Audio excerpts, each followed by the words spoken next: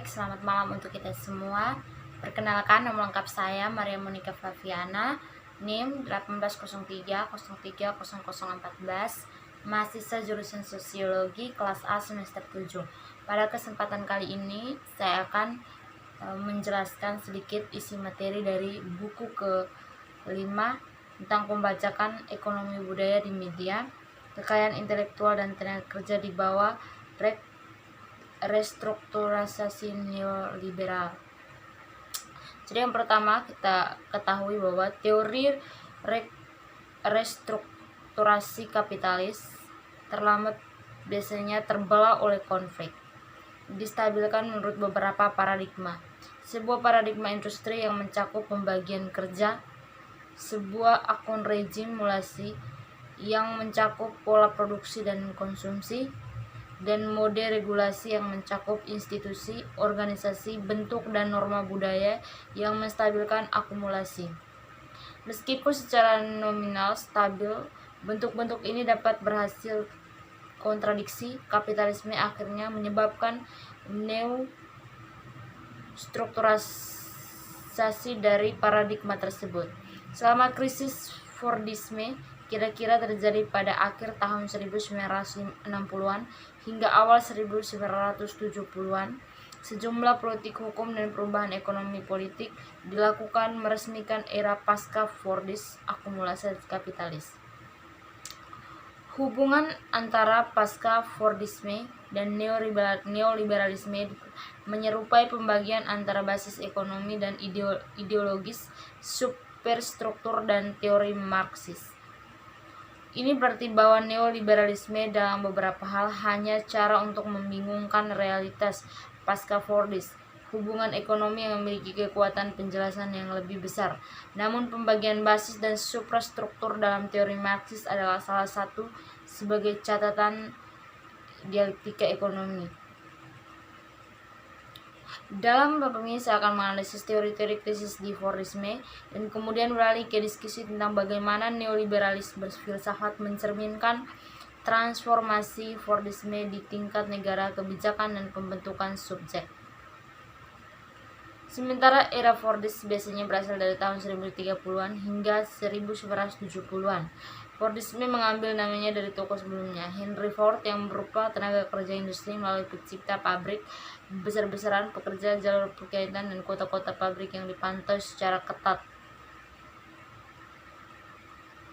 Dalam revolusi Kopernikus, teror ini adalah pekerja itu sendiri.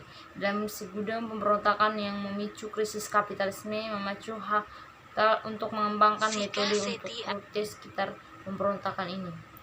Dan akhirnya Fordisme tidak melihat kurangan pemberontakan. Seperti yang dijelaskan oleh Clever, komposisi kelas selalu berubah. Jika pekerjaan menolak menyusun diri sebagai kolektivitas, modal harus berusaha untuk menguraikan atau menghancurkan kohesi yang mengancam ini. Ini dilakukan dengan merevolusi alat-alat produksi secara terus-menerus dengan cara berulang rekonstruksi yang melibatkan perubahan organisasi dan teknologi inovasi yang memecah, menghilangkan atau menghilangkan kelompok berbahaya dari pekerjaan. Jadi itu saja penjelasan singkatnya. Mari kita saksikan melalui video berikut. Selamat menonton. Nih kawan, nih kemarin nih saat ada dengar berita nih. Berita apa? Nih berita tentang ini ke pembajakan tuh kak. Sekarang nih ke apa tuh kak? Pembajakan akun media sosial tuh, ada akun-akun yang kayak penting-penting begitu untuk penjualan. Kan biasanya sekarang kan sudah ada penjualan online tuh, sudah ada akun-akun tertentu. Itu mereka bajak habis buat apa itu? Kita juga tidak tahu. Sekarang lagi viral itu orang bajak-bajak itu tuh. Kemarin saya punya teman juga ada bajak begitu. Baru mereka kayak bertransaksi juga pakai online tuh. Jadi uang yang apa tuh? Jadi mereka nih bajak terus kayak minta transfer uang begitu kan? Nah itu tuh. Aduh, bagaimana? Baru mereka kayak ngaku-ngaku jadi keluarga atau bagaimana tuh. Berarti kita nih harus batasi ini ya penggunaan media sosial gitu. Tapi setengah mati sekarang nih, semuanya Kita kan butuh ini. semuanya butuh media sosial. Jadi kalau ada informasi penting kan pasti di media sosial tuh. Iya. Jadi kita mau batasi itu tidak bisa sekarang. Woi, jangan usah kaget.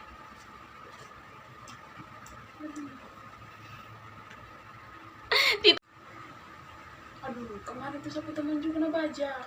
Tapi saya juga tidak terlalu dengar, tidak terlalu ini tuh. Iya kan? Ya, dia tuh kena bajak terus minta dia transfer uang itu karena ada foto yang mereka kirim. Baru itu foto dia sementara tidak sadar tuh kan macam kayak itu kayak orang ancam begitu tuh. Soalnya ada dia foto tuh. Baru dikirim uang kah? Iya, dia kirim uang. Dia kirim Berapa? uang dulu baru dia sadar. Kayaknya siapa juga tahu kalau tidak salah. Aduh. Kirim uang dulu baru dia juga mungkin dia panik karena ada dia foto tadi makanya dia kirim. Aduh. Baru itu foto tuh memang dia pernah foto atau? Tidak. Itu foto tuh tidak macam ke orangnya mungkin orangnya ambil begitu tuh kan macam begitu. Sekarang kita Biasanya hati-hati kalau kita kan kalau foto kan berarti kita juga cantik begitu betul. ya atau kayak ini betul. tidak foto ini sebentar dia tidak sadar nih macam kayak kafu begitu baru kangen begitu. Foto yang dia tidak sadar memang. Kasihan dari dia Baru sampai uang transfer nih. uang nih. Dia transfer uang makanya takutnya begitu kita juga nanti transfer kita berapa orang tipu gini. Kayaknya kalau dapat nomor baru itu terus apa nih? Nah gitu misal kadang-kadang penipuan banyak kadang ada bilang pulsa lah begini lah sebentar baru Terus sekarang itu di Telegram itu saya punya dapat ingin apa nih apa chat dari apa tuh yang apa nih apa yang mereka punya profil di Telegram tapi ada nomornya tuh kak. Baru mereka suruh saya kemarin tuh dia ada chat bilang begini kalau saya tuh dapat undian bukan undian apa pulsa 500.000 baru suruh saya klik di sini habis itu supaya saya kirim kodenya tuh. Baru mereka tanya bilang apa pulsanya mau dikirim lewat nomor ini atau nomor lain tuh gitu. Baru saya tidak balas. Tidak membalas, saya sudah tahu tuh itu tuh pakai penipuan begitu tuh. Jadi saya takut orang baca saya punya Telegram lagi kan di situ ada apa tuh ada grup kampus tuh jadi saya takut. ada yang kalau kita klik apa nih linknya itu tuh nanti langsung ada yang buat begitu tuh nanti kita punya akun Data-data. data terekam itu nanti mereka bisa macam kayak satu teman punya tuh yang saya cerita tuh itu kan dia punya foto itu kan di sana kan kita ambil foto tuh baru terekamnya macam kayak dia sementara tidak sadar cuma baru dari bawah jadi kita mau bilang orang foto itu juga tidak mungkin orang di bawah berfoto. Jadi otomatis mungkin bisa dipastikan kalau dia HP tuh nanti dia pakai yang rekam kameranya jadi macam ke orang kendalikan kita punya akun tuh jadi macam orang jauh tapi ada jaringannya kendalikan tinggal rekam kita sih. Susah takut saja pada saat kita kayak tidak sadar begitu tuh kan takut saja begitu kita ini saja banyak ngeri sekarang nih penipuan terlalu banyak sekali kasus banyak di media sosial nih. dulu Jadi tuh biasanya pakai telepon tapi sekarang lebih banyak yang link toh aku suka sekali macam aku baru sekarang juga ada game-game yang bisa menghasilkan uang tuh kadang-kadang juga orang bajak itu orang tipu sebegitu banyak sekali ada teman-teman main game dapat yang menghasilkan uang begitu tapi kadang bagus juga tapi ada yang baik juga tapi kadang ada penipuan begitu tuh kan jadi ya gitulah dunia sekarang tuh begitu karena semakin canggihnya alat-alat teknologi sekarang semakin banyak masalah kejahatan kasus-kasus yang mengenai teknologi semakin banyak orang semakin pintar sudah begitu sudah kita selesaikan.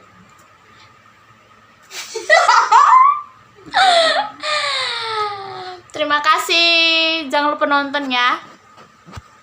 Berikut saya akan menjelaskan isi dari video tersebut. Pada akhir ini banyak sekali kasus-kasus yang ada di publik.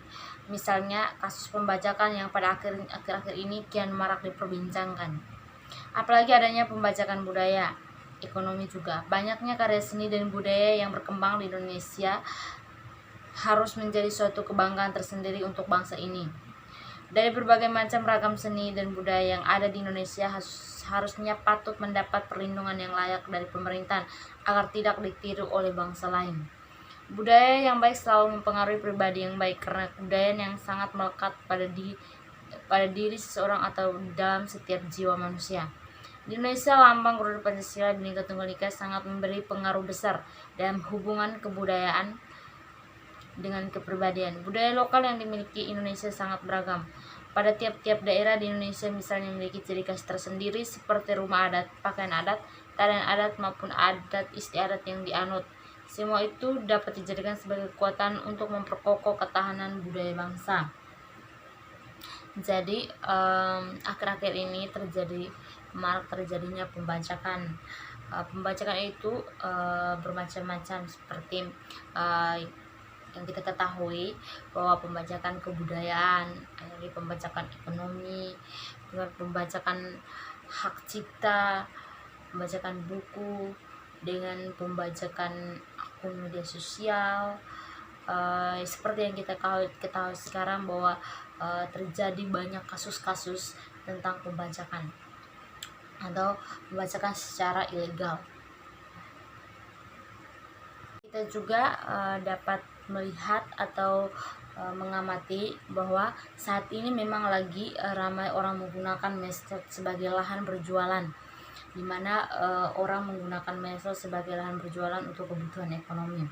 Karena belum ada aturan main ketat dari penyedia platform, keunggulannya mudah dapat bertransaksi, berinteraksi untuk pemasaran dan lain sebagainya.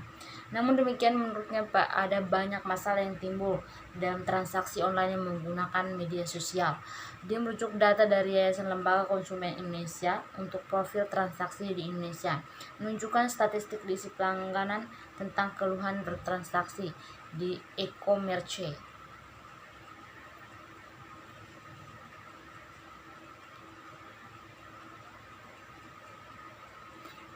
Jadi akhir-akhir ini banyak terjadinya kasus pembajakan.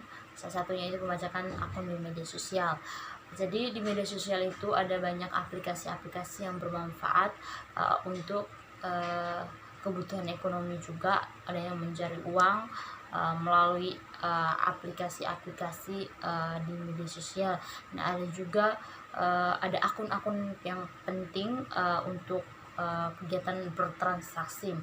Jadi akhir-akhir ini terjadinya pembajakan, yuk akun-akun media sosial dibajak dengan berbagai cara sehingga dapat memblokir akun-akun penting yang ada di dalam media sosial. Pembajakan itu dilakukan secara terus-menerus semenjak teknologi semakin canggih. Jadi